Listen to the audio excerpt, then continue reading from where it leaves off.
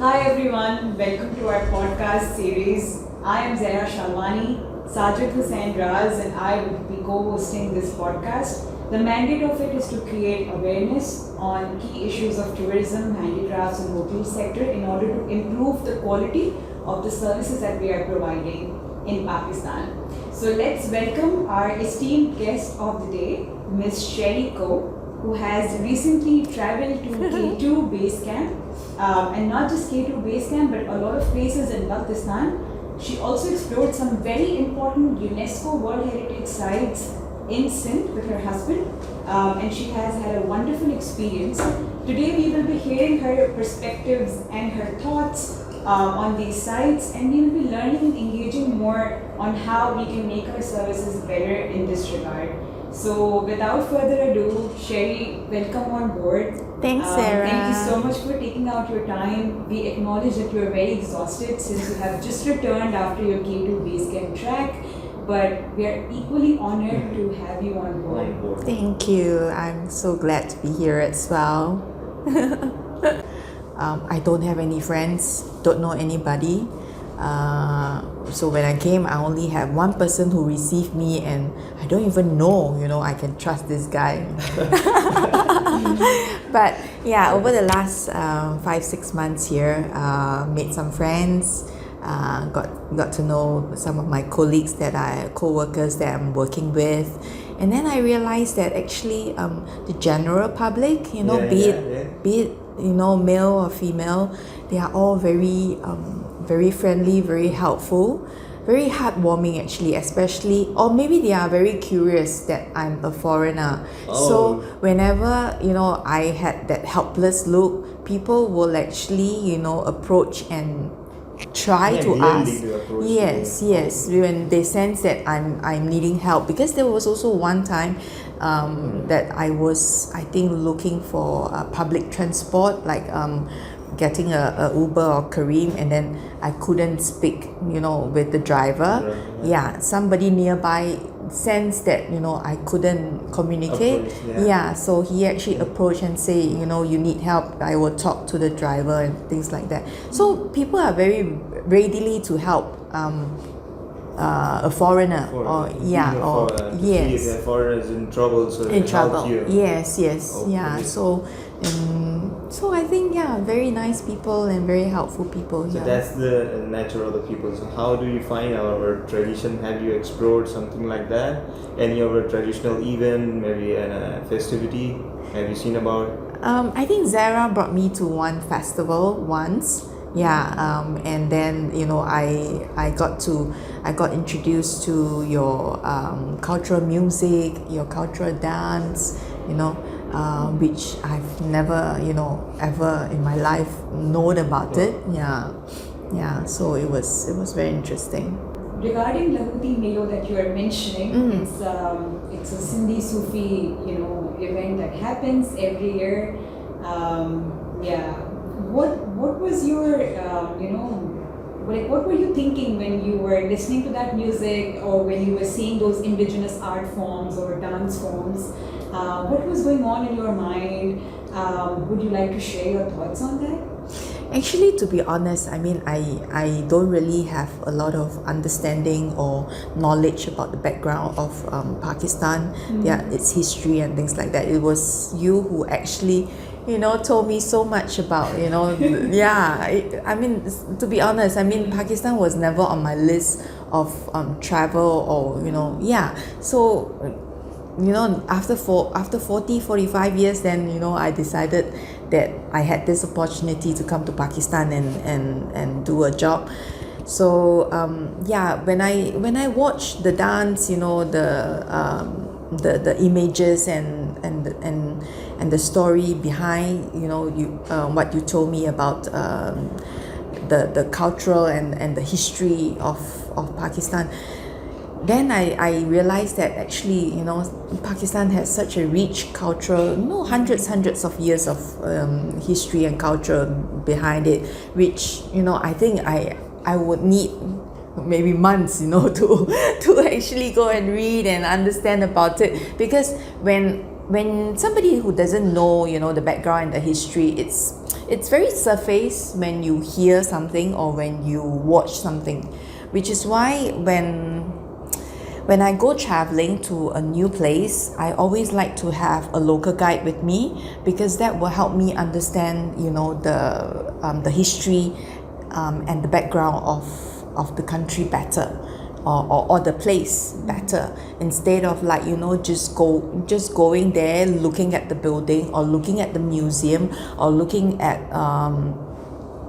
a place, without understanding what is the background. Like, it was very helpful when both of you went with me, to the Makli, yeah. So if I just go there and walk by myself, I would not have learned anything. Yeah. So it's really very very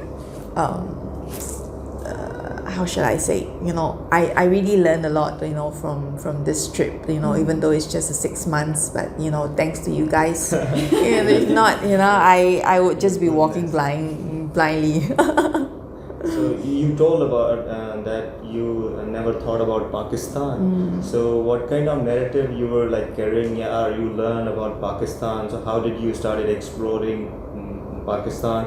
So how did you started with the what did you search on YouTube, or what did you Google something for Pakistan? Okay, so because I'm only coming to Karachi, okay. So the only specifically you were searching. Yeah, I was just searching for Karachi because of the nature of my job. I know I won't be able to get out of Karachi to explore. Yeah, so and I think Karachi, huge city. You have some museums and things like that. So nothing really very much that I can explore. I mean, no, I shouldn't say that. It's in the end up to you, which kind of nature or which kind of things do you want to explore. So, yes. Yeah, I can connect this. Yes.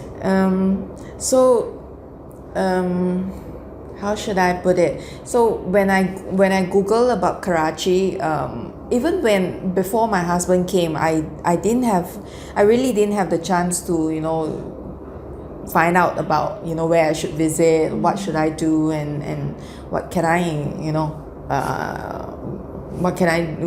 find out in Karachi. So to be honest, the first 2-3 months I wasn't into exploring Karachi, because I had very short time here, and my main thing was to come and finish up this contract work that I have. Yeah. You did mention once that you and Kelvin basically went to the Bunce Road, the historical Bunce Road, to explore it inside. How was that? Did you get a chance to look at those old heritage buildings around? Yes, we did. Yeah. And the food street. And the food street. Yeah. So so one thing we face is, of course, language problem. Yeah. So when we were walking by ourselves, we were a little bit hesitant as well, because we were just walking. We haven't. That was before the Burns Road. Actually, we were walking. I can't remember what's the area, and then we actually went into one area that has a lot of kids following us. Yeah. So actually we didn't feel, it's not that we didn't feel very safe, but there was also, I think, the security or the police that was trying to get them off us. Yeah.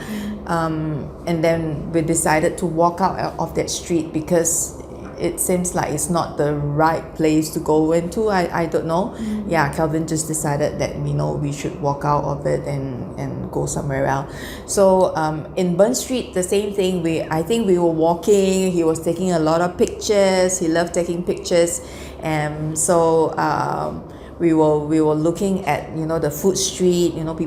People selling how you say that, like markets? Yeah. Yes, yeah. So it's a very traditional, very old food street, I would say. Yeah. Absolutely. It definitely is. It was built, soon after the British Empire ended and Pakistan got its independence. So a lot of migrant communities have actually played a huge role in the production of Buns Road and the food market. I So it see. has a historical significance to it. Okay. Yeah. Unfortunately, I do acknowledge that those buildings are in decay, but at the same time, through the food street, the government is trying to revive it. Okay. So that people come and visit those sites. Okay. But it's actually very historical, and that's the old Karachi that we have, that we know as kids. Okay. Yeah. How did you find the food in Pakistan, and what's your favorite dish? What's your favorite food? I was pretty adventurous when I first arrived in Karachi. Because to me, Pakistani food has a little similarity to like Indian food, and so we have Indian food in Singapore as well. So I thought, I can manage that. So first 1 or 2 weeks when I was here, I was happily eating Pakistani food. Didn't even think of other things. I'm okay, a little bit of curry, a little bit of naan, a little bit of this and that, tikka. So, but then I realized that the Pakistani food and the food that I was thinking that was quite similar in Singapore is actually very different. The spices, the spices here are very strong. Yeah, so and very flavorful, very strong flavors, because I'm not somebody who can take very strong flavor food. Yeah, so then of course then my stomach couldn't take it and decided that it needs a rest. Yeah, so favorite Pakistani food, I think I'm okay with. I don't have any favorite, because I'm not very adventurous with meats. I only eat chicken, and then I'm not a beef eater, and then mutton a little bit, and then I love vegetarian, but I think it's not very common here.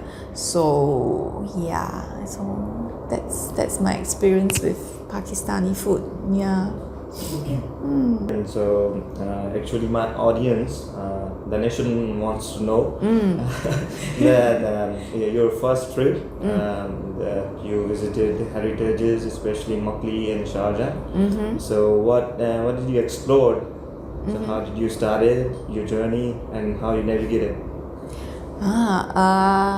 I think Makli. How did I come about asking you about Makli? Can you?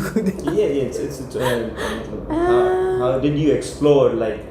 It's a place where more than 10 billion graveyards are established. But how did you look at that? How you explored? How you affiliated with your context? To be honest, I think I have never visited such a huge graveyard before in any part of the world, seriously. And how did I choose? Why did I choose to go to that monument, that UNESCO site? I think it was random again. Okay. Google on, I just Google it, what I can do, in that nearby and in that short period of time. It was, so when I went there, it was really, I didn't expect it to be so huge. Yeah.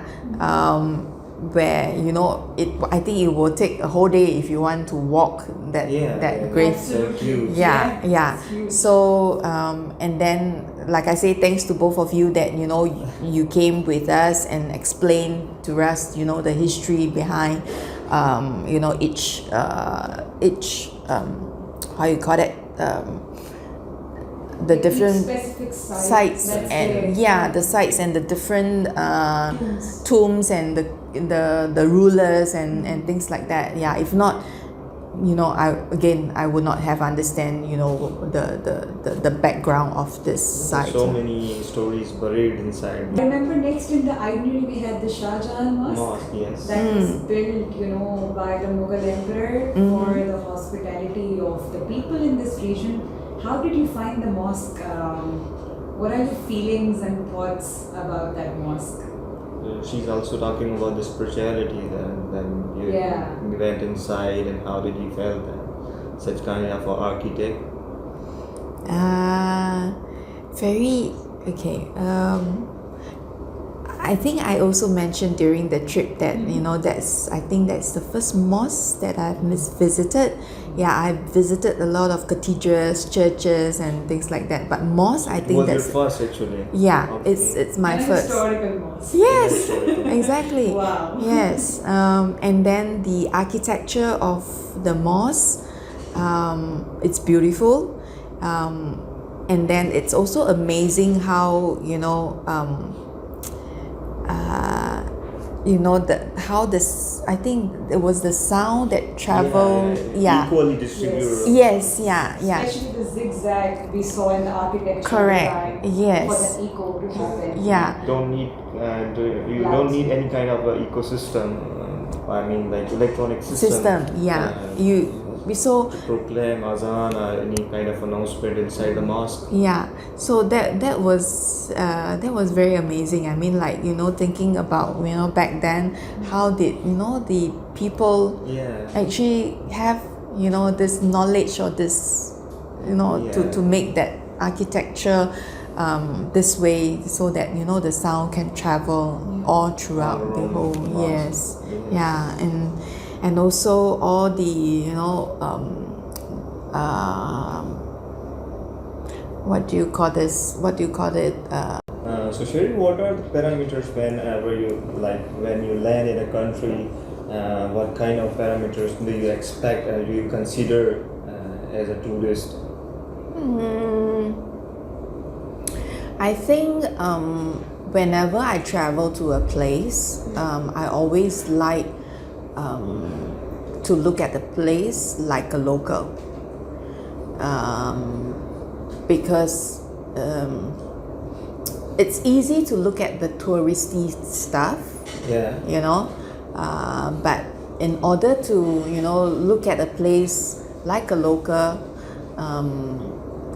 or see the place as a local, you will get the insight of the culture of the place, So you really eager to know the diversity inside the people. Yes. Like, what kind of affiliation they have with the ecosystem. Yes, that's right. Yeah. So that is important to me when I travel to a place. Being a female and being a married woman, so how challenging it was to think about, to explore K2 Basecamp. So let's start with beginning. So how you started? Oh, K2 Basecamp. Yeah. K2 Basecamp, same thing. It didn't came into my plan until very much later when I was in Pakistan. Like I say, this 6 months, it's really for me to come here and work. Yeah. There was no any leisure plan for this 6 months. So again, I was coming to an end of my contract work, and then I was deciding. I was not deciding. I was already planning, at a date to go back to Singapore. And while I was doing that, suddenly I thought of, hey, there is something at there is there is a calling, something calling me. Is calling you. Destiny. Yeah. So I remember a couple of months, I think 2-3 months before, I saw, when I was browsing through the internet, I saw this K2 expedition. And I think I did mention to Zara before, when is it possible to do it? And then she briefly tell me that, K2 Basecamp can only be done on certain months in a year. And after that, it's too cold to do it and things like that. So when I was planning to go back to Singapore, I think it was around end of July. So I was thinking, there's still a chance to do K2 Basecamp because Chance. yes, there's still a chance. Okay. So again, I asked Zara and to check for me if it's possible. Possible. Is there any tours that will be any track that will be starting soon? Within the next 2-3 weeks and things like that. So she checked and say that yes, there is. Do you want to do it? And I say, and I thought about it and say, okay, let's do it. That's it. And she find out all the details for me and got the dates and things like that. And then that's how I decided to just embark on that K2 Basecamp. You were you like worried about the track? Have you learned any kind of like past incidents or accidents about the K2 Basecamp? Okay, to be honest, I've never done a track that it's this long, as in about 2 weeks. Any hiking track before? Yes, there is. Yeah, and then so again YouTube, Google, to find out, how difficult. A very close friend. Yeah, how difficult or how taxing this K2 Basecamp track will be, whether I'm fit enough to do. Yes, because when you are out in the mountain, you are by yourself. I mean, of course, you still have your porters, your guides, and things like that. But you still want to make sure that your fitness level will be able to bring you through the whole track in order to enjoy it. Yeah. So yes, I did a lot of research and online to see the experience of other trackers. What they are saying. Yes, what they are saying. Conscious. Exactly. So but I really wanted to do it very much. So even though I have doubts, I still tell myself, never mind, just go and go with the flow. Go with the flow and just Something is calling you. Yes, yes. Yeah. I remember you did saw that song as well. The mountains are calling and I must go. Yes. Yeah. How did you feel after you saw that song before actually embarking on the track? It gave me more courage to actually go for it. She molded her courage into fear into courage. Yes, Amazing. yes, Amazing. yeah. So, and this trip I went as a solo female traveler. And just now you did ask me how do I feel as a solo female traveler. To be honest, before I come to Pakistan, I was afraid. I had a lot of fear. After being in Pakistan for maybe about 2 months, 3 months, I feel that there's nothing to fear about because like I say, people here are very friendly, they are very helpful. I don't feel threatened or I don't get any harassment and things like that. So I feel that I can blend in actually with the locals and so I don't have an issue with being the only studio being built by the people, the foreigners. Yeah, that's right. We are eagerly, waiting to hear about your wonderful experiences at K2 Basecamp and also the other places that you explored while in Skardu, the nearby places which the Amburik Mosque, the Khamosh waterfall, the Deosai, Kaplu, Kaplu Fort. So, if you could just briefly brief us about these places before we actually go into, hearing the entire story on the K2 Basecamp.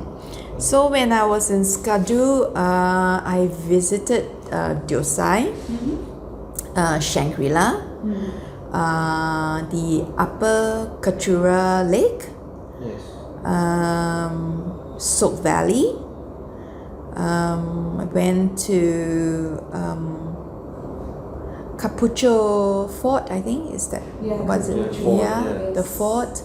I think the only place that I didn't manage to visit was Kaplu. I went to I visited the cold desert as well. What else? I think, yeah, that's about the few places. Diosai is super beautiful, very tiring, long drive because it's quite far away, and quite amazing to be at I think Diosai top is actually the second highest plateau in the world. Yeah. Yes, yes. So that was very beautiful as well. And then the Diosai Lake, oh, it was huge and beautiful. I wish I had more time there, but because the journey is so long, and then the driver need to drive back through the mountains, so we didn't have very much time there, because if it is like too late, it becomes very dark, and to drive in that they are super experienced and good drivers in the mountains. I don't know how they do it, but I was holding on to my I'm very close to the edge, please come in a little bit. Well, I think it's a mutual feeling. When we were growing up as kids, we used to scream, and our parents used to Most of them people get vomiting. Yeah. Constant, Yeah. So it's very daring also. it is. Yeah. It is. Yeah. Seeing. Yeah. It's So super experience. So you will never ever fright from any height. You are strong now.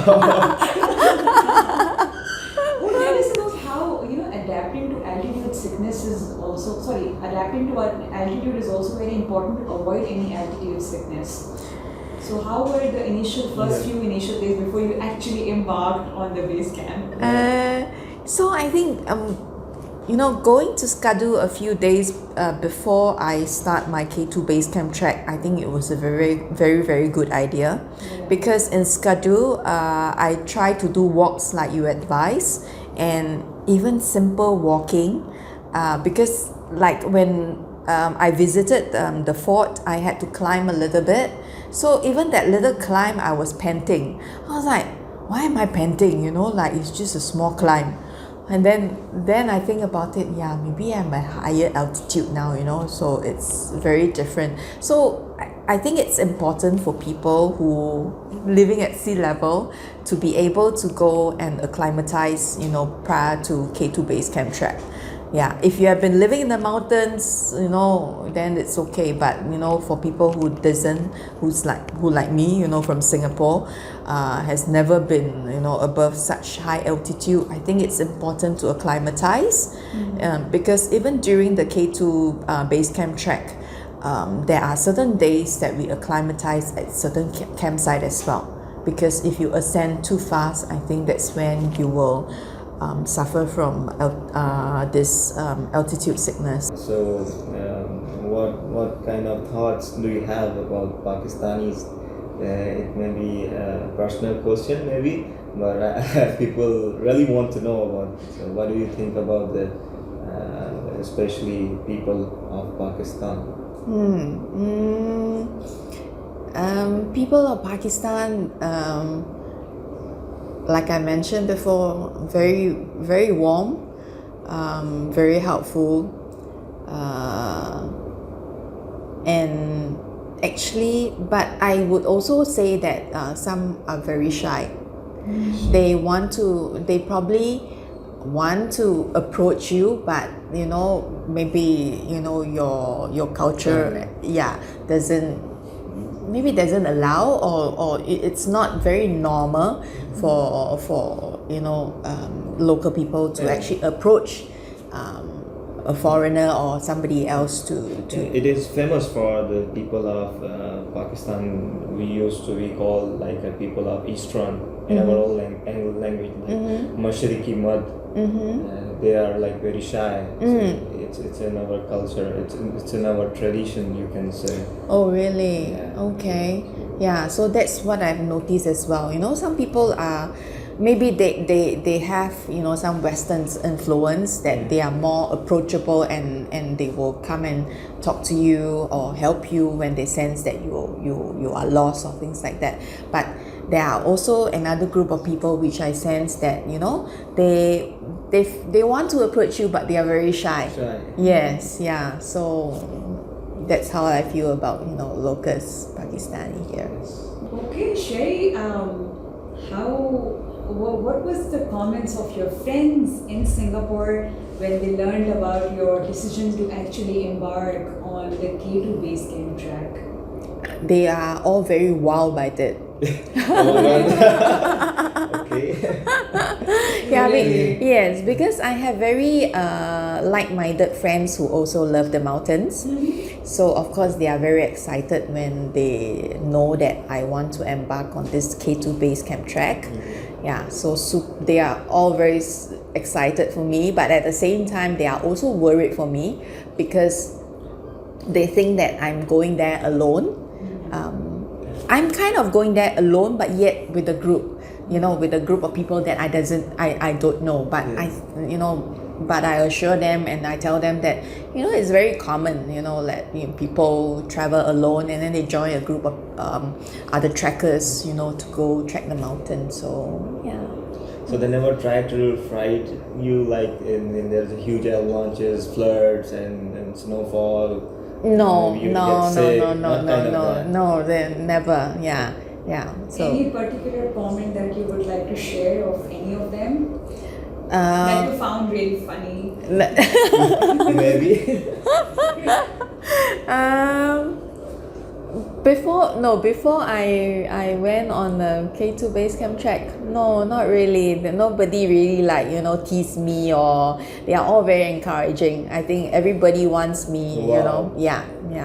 wants me to achieve that K2 Basecamp, ambition, that bucket list. Yeah, so. There are two observations, once you mentioned when you reached at the Skardu airport, Zara, there are too many mountains around. Yes. So, what made you say that? I still remember from your text message.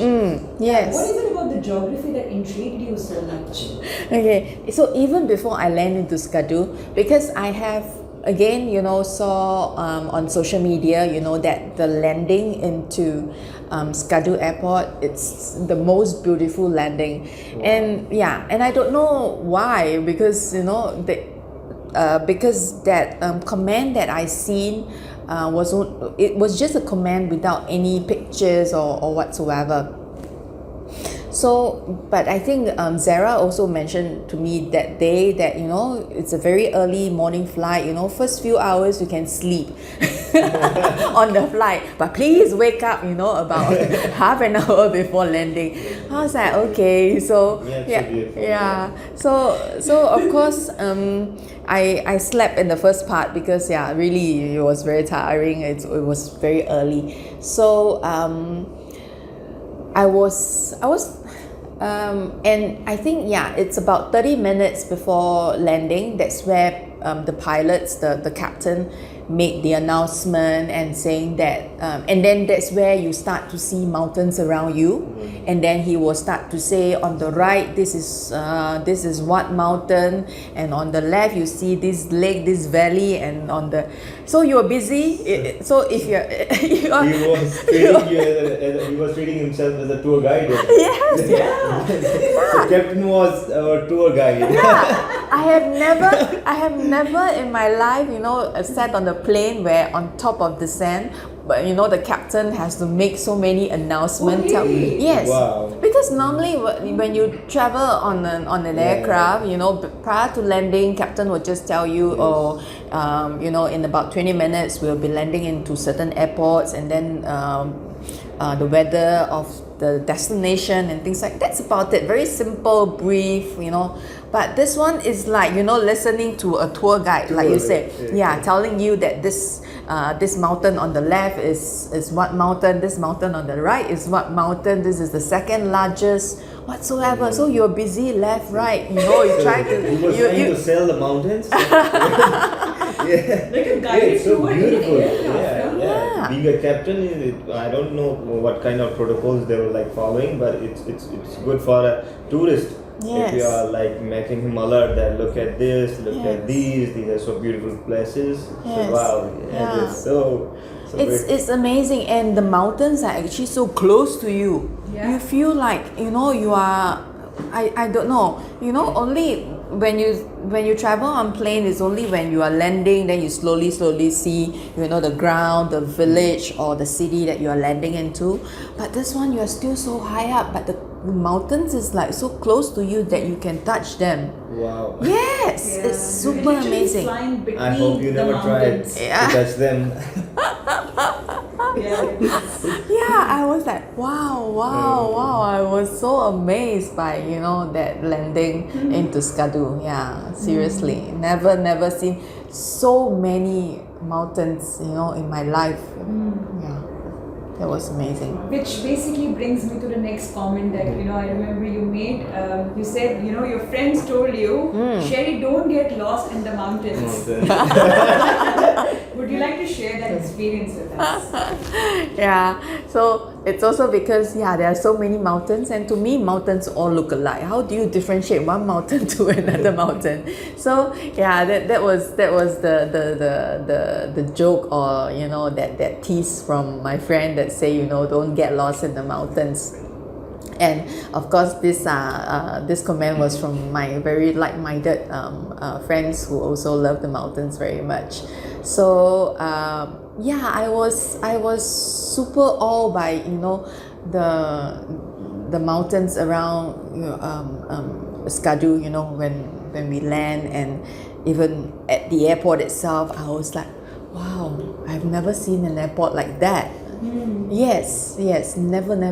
I don't think there's a second place on earth, you know, that has such a beautiful view of mountains. Yeah. Very interesting. Yeah. I'm very excited, and I'm very curious to, you know, let's start from there first. Like Basecamp, K2 Basecamp. So, like, how you started?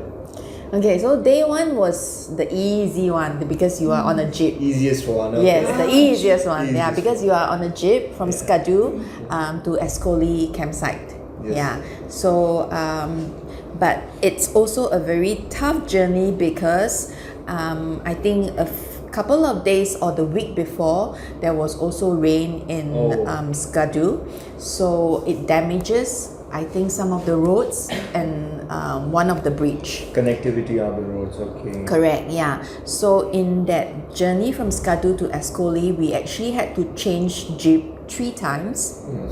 Yes, yeah, to get to Escoli because of the damaged bridge. So we have to get down, we have to walk some distance, where another jeep will be waiting for. Another jeep. Yeah. And then the third one. Yes, then another one. Yes, to reach to Escoli.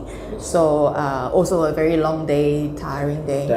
Yeah, and I really salute the porters, because when you change jeep, you have to bring everything down, and then there's one part where you actually has to cross a little mountain. I mean, like it, but it's still quite steep, you know, to go that still quite steep to go up, and then, you know, come down again, and then and load the stuff. To load the stuff, and you know, normally day one, it's the day where you have all your supplies. Oh wow! So that is a lot of things for them to carry. For the next day. Yes, correct. Yes, yeah. How many porters were there, and how many people joined you for the track? So together there are 5 trackers, and one tracker, normally they have about 3 to 4 porters.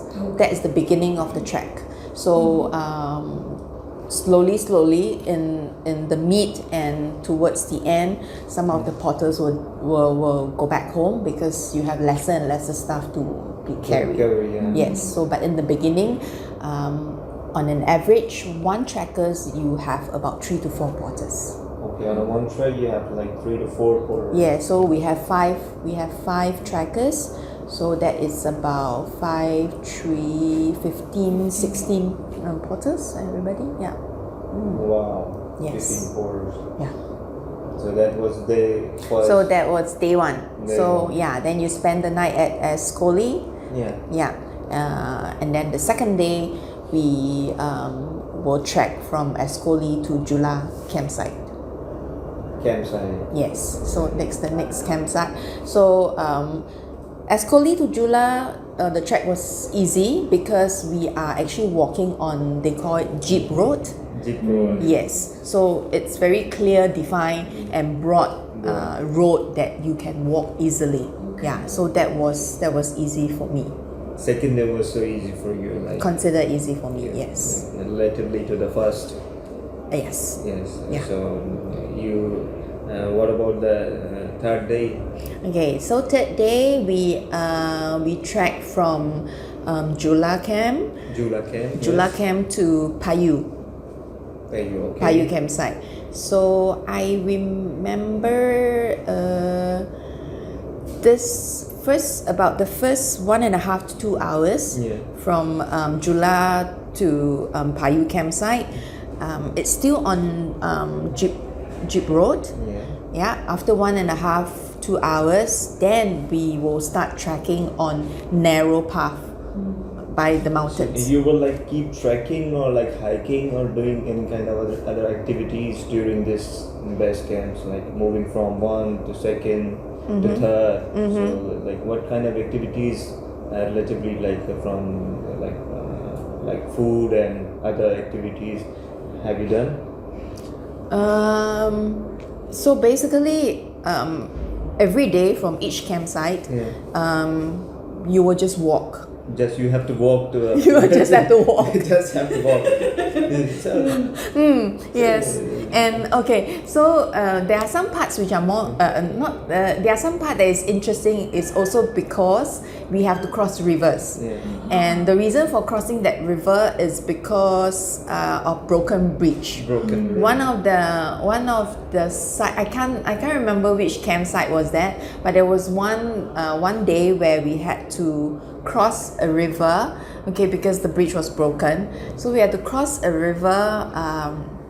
I call it a box bridge. Yeah, box bridge. Yeah, it's a line hanging across that river. Yeah, between. And then it's just a box. So one person will have to pull from to one the side other to the other side. Yeah, so when somebody gets off on the other side, on that end, the person on this side will have to pull the box back. So we have to do it like many times. Because besides the people going over, the porters and everybody also have to go over. And carry your luggages as well. Yes. Yeah. So it's very, very tough. Yeah. This is day 4, correct? One of the days, I can't remember which day was that we had to cross this. I call it the box bridge.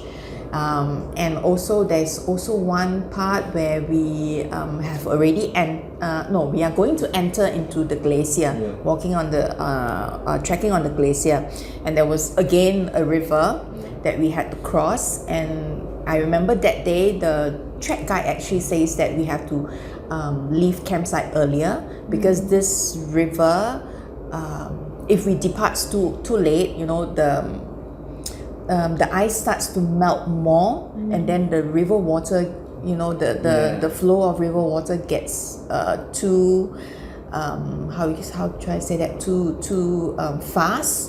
The current is very fast. It's difficult to cross.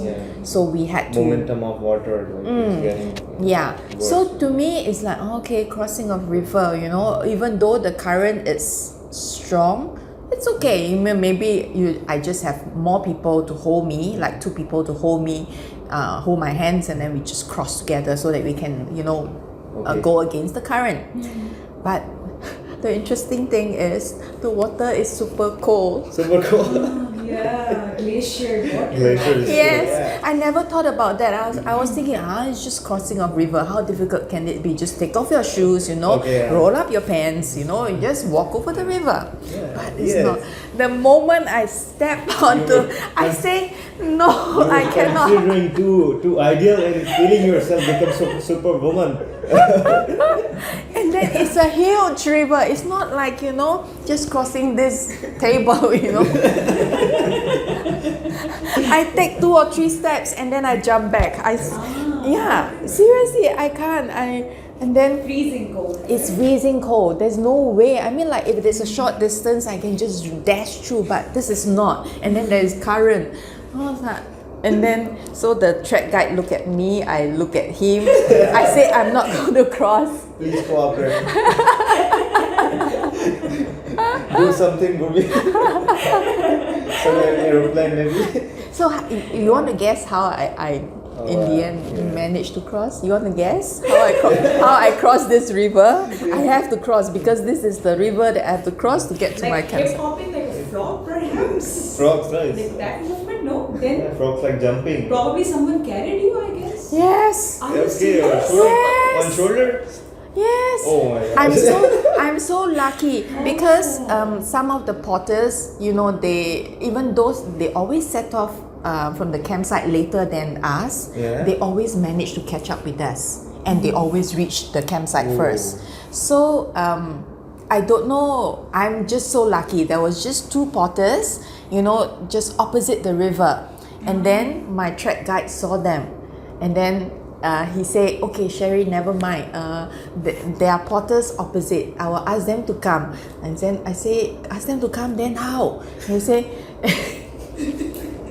say, they will carry you over. I say, I'm very heavy. He said, it's okay, they are very strong. So they actually piggyback me. Oh, really? Yes. And can you imagine, like I said, there's current. The current is pretty strong, you know, and they have to carry me, my weight, and then withstand the strong current, and with the cold water. Oh my God, they are supermen. I tell you, yeah. Yeah, very, so, very strong. So I cheated. I mean, I didn't cross that river. They carried me over. Oh, wow. Yeah. So It's like a cheat meal, you know, once a week, once a month. Cheat It meal, sounds yeah. like that. Yeah. So it's something that I've never thought, you know, like it. Yeah. Like to me, you know, crossing river, it's just crossing river. I mean, like I've never thought that glacier water is super cold. Yeah. Yeah. So all this didn't came across my mind, you know. It's just walking until you face certain things, and then you realize that it's not as easy as you thought. Sounds very, very adventurous. Yeah, super, yeah. So, while trekking, do they share like their experiences, like their fairy tales, stories with you? How you spend time during this journey? Okay, so basically most of the days I trek with different people. As in sometimes it's the assistant of the kitchen, sometimes it's one of the porters, and then one day I also trek with my trek guide. So only the day that I trek with my trek guide, because he speaks better English, so then I can have good conversation. But other than that, you know, the rest of the people don't really speak good English, so it's a little bit difficult for me to communicate. Due to language barrier. Yeah, it's a language barrier, but still, you know, we will make jokes and, you know, Non-verbal jokes. non-verbal jokes, and, you know, like trying to tease each other, you know, to make the trek more enjoyable. Yes, yeah, but these people helped me a lot during the trek, because I have not much experience in trekking. I do shorter treks, but those treks are not as difficult as these, because the terrain of K2 Basecamp trek, it's very vast. The first few days you walk, like I say, we walk on jeep road, which is easy, and then slowly you go into the mountains that are very it's very dusty because of the sand, and you know, and big rocks. First few days you experience, you know, small kinds of rocks, slightly bigger, you still manageable. The third day was a little bit tougher because it has more ups and downs, but still manageable. Yeah, it was slowly towards the next few days where you enter the glacier, where you have to walk on huge rocks. And then one or 2 days it rained, so it's a little bit slippery because you know you are walking on glacier ice, and then with the rain it's wet, so it's a little bit slippery.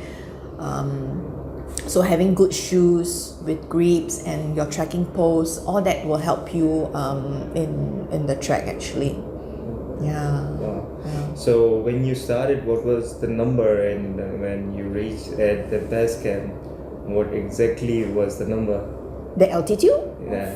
No, Oh, I'm talking about Few the people. number. as well. The people. Yeah. The trackers. Trackers are all along with you. Okay. Number of people. So we started off with 5 trackers. Yes. Yeah. One of the trackers dropped out on day 3. Oh, Yeah. because of? I think his fitness level wasn't there. Okay. Because from what I know is that I spoke to him before we embark on the trek, and he says that he doesn't have any trekking experience. Okay. Yeah, and so I think day 2 he's already feeling some tension on his knees. He's saying that his knees are a little bit painful. So, and then on day 3 when we reached Payu campsite, I think because of the pain, it has developed some fever. Okay. Yeah, so he wasn't feeling good to Not continue. along Yes, with you. so he decided to return back to Skaju, Okay. and I think he can't even like walk back. They actually like got him a horse Horse, yeah. to slowly, So he will go back to, yeah. So we were down by 1 on day 3. I think day 5 or 6, Yes. another guy was down. Yes. But I think he really want to, because he's almost there to reach K2 Basecamp. So he decided to get on the horse as well to continue. Yes, yeah. But his condition, because he's quite old, his condition got worse when we reached base camp. Not base camp. We call it the Concordia. Yeah. Yeah. His condition got worse. Okay. So they had to get helicopter rescue for him. Okay, helicopter rescue. Yeah. Wow. Because I think he's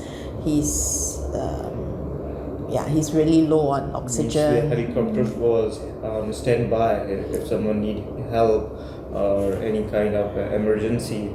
So I think what happened was that they need to contact the insurance company, Okay. and then the insurance company and then manage with, because I know it's the military that sends the Rescue. heli rescue. They are really expert. Yes. Rescue people. Correct. in Yeah. mountains, yes. Yeah.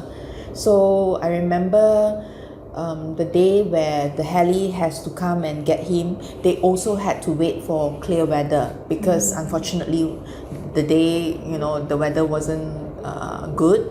So they still had to wait for a while, for the skies to clear up before the heli can come in to get him. So yeah, so The rescue. the rescue came to get him. So then left 3 of us. 3 of us. Whoa. So yeah, so from 5 we were only Was there 3. any kind of tension built when you saw or when you looked at your colleagues who are getting tired, going back? So what were the feeling you guys were feeling at that moment? I was actually, a bit sad and disappointed that,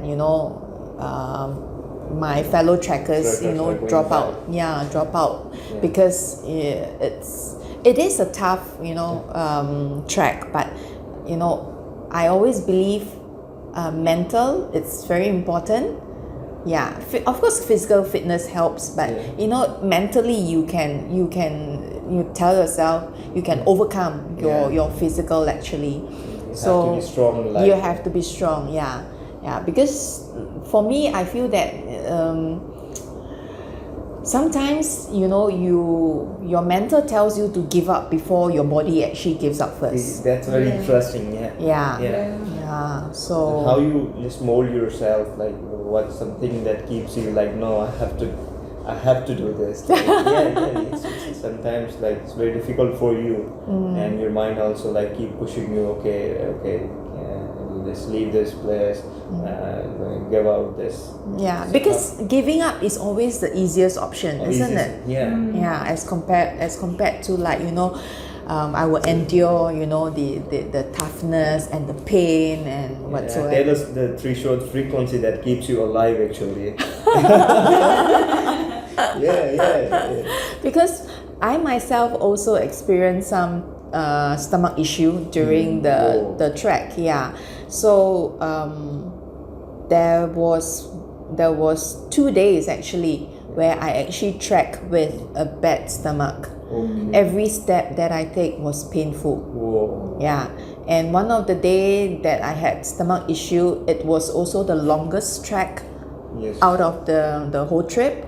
It was 22 kilometers. Oh. Wow. Yeah. So, and I took about 10 and a half hours. Out of the 10 and a half hours, almost half of it, it's painful. Oh. Yes, but I just had to endure. Every step that I take, I ask myself if I can continue. It's super difficult. What I tell myself in my mind is focus on the walking, focus on the track, don't focus on your pain. Oh. Yeah, don't think about your pain, think about the road ahead. Wow. Every step that you take, you are nearer to your destination. Wow. Yeah. That is such a beautiful insight. Yeah. Inspirational. Okay. It's also Very. a message for people Yeah. that they want to explore the base camp, so they have to think about this. Yeah. It's very challenging, actually. It is, yeah.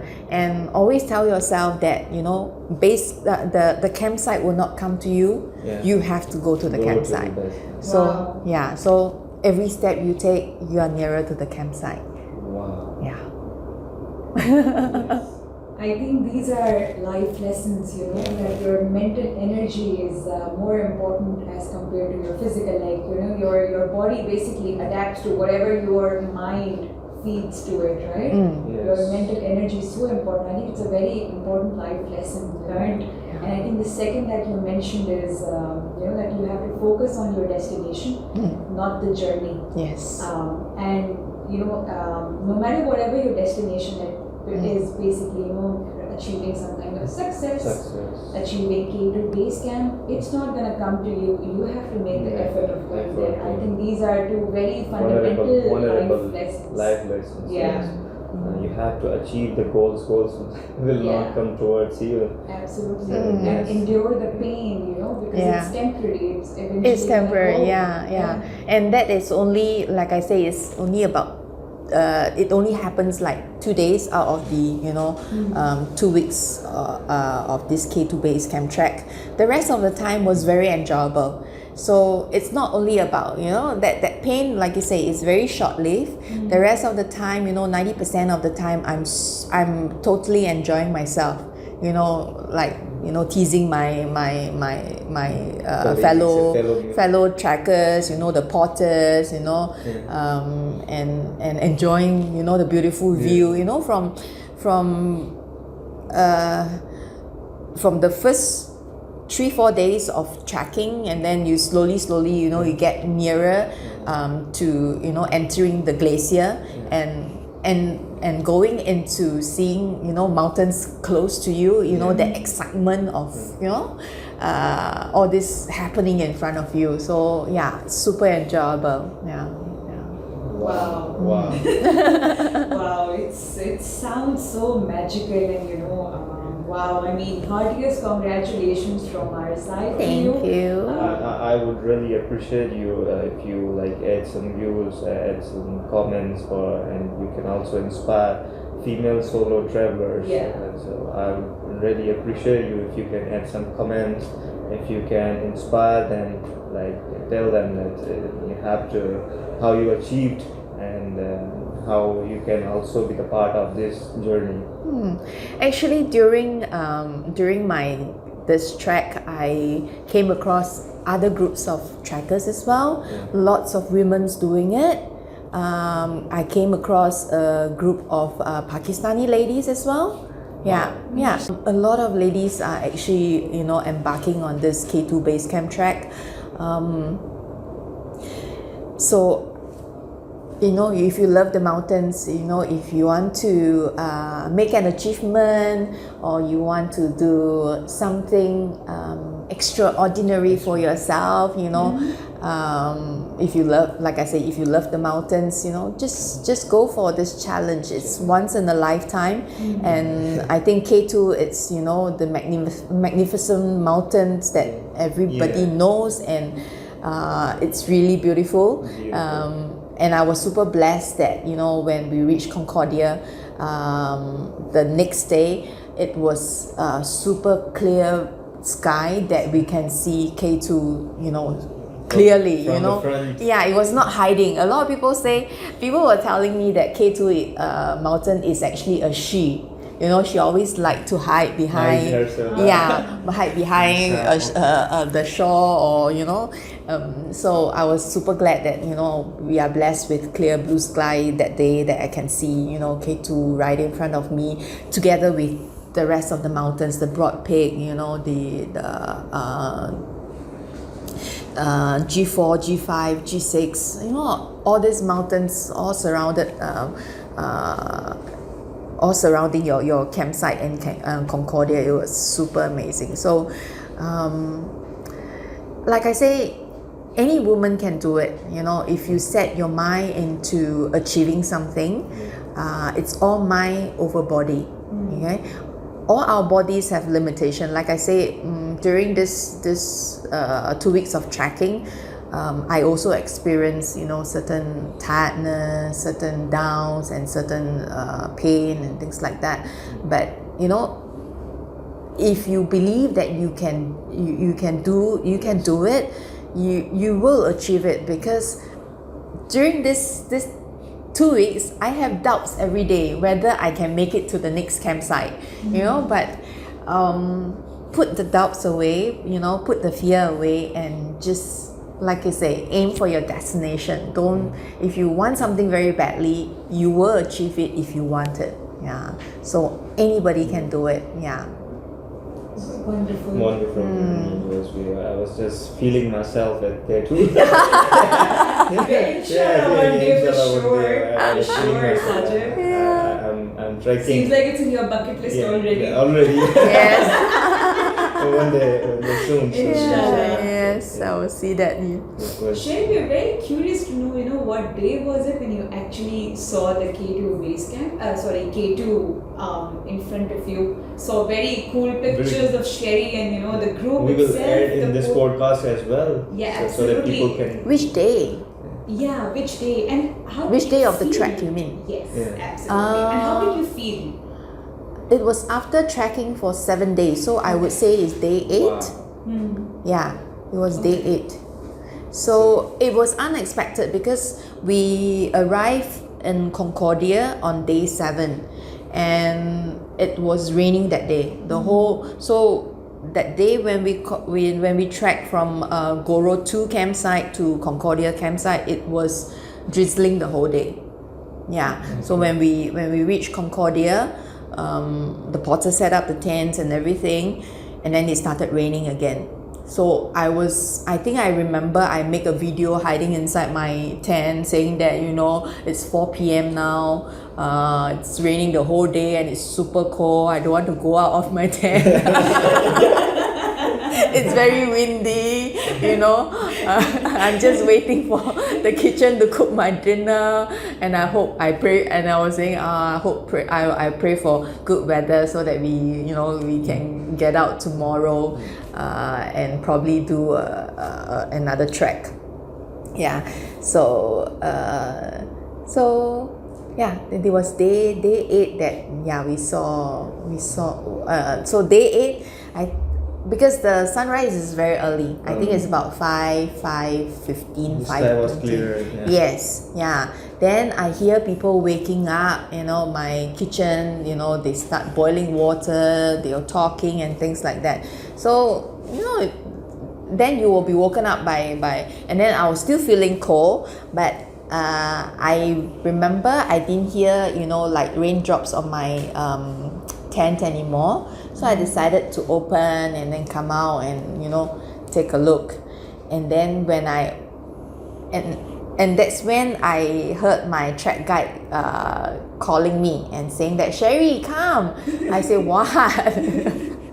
Say, come and see K2. I say, where?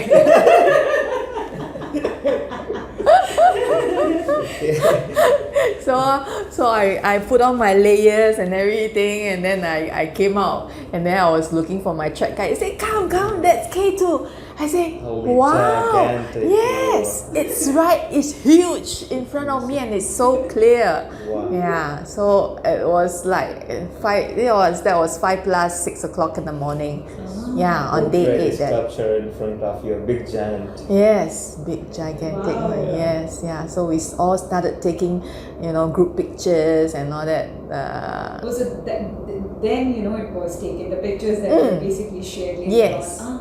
Yes, okay. and That's nice because morning surprise. yeah, and that was in Concordia where we had network, so people would able to start to share the pictures and things like that. Okay. Yes, yeah. One last question before we end. Is there any feedback in terms of how the services in the sector could be improved? Yeah. If you could share that, because we can take it up, with the government, with the private sector, and then basically come up with a policy framework on how can we improve our customer services. So we can improve our sector as well. Yes.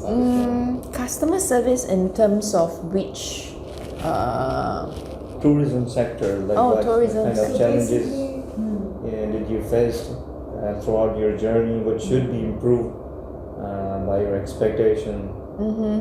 Important standards, communication in terms of language.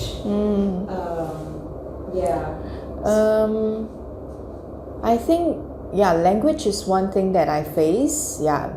Because again, like I say, not everybody speak good English here, so it's a bit challenging for me if I need something.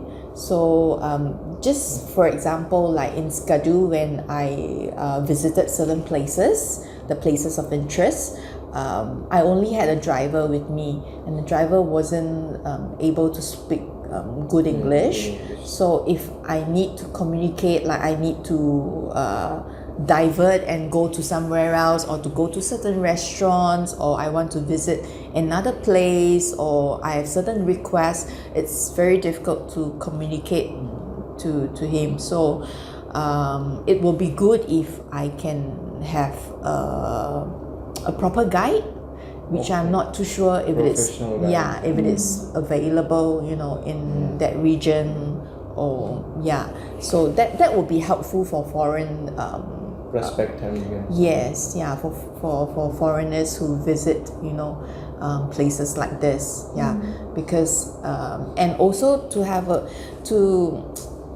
it's good to have a proper tour guide, because then again, like I say, I'll be able to learn the history More and the more.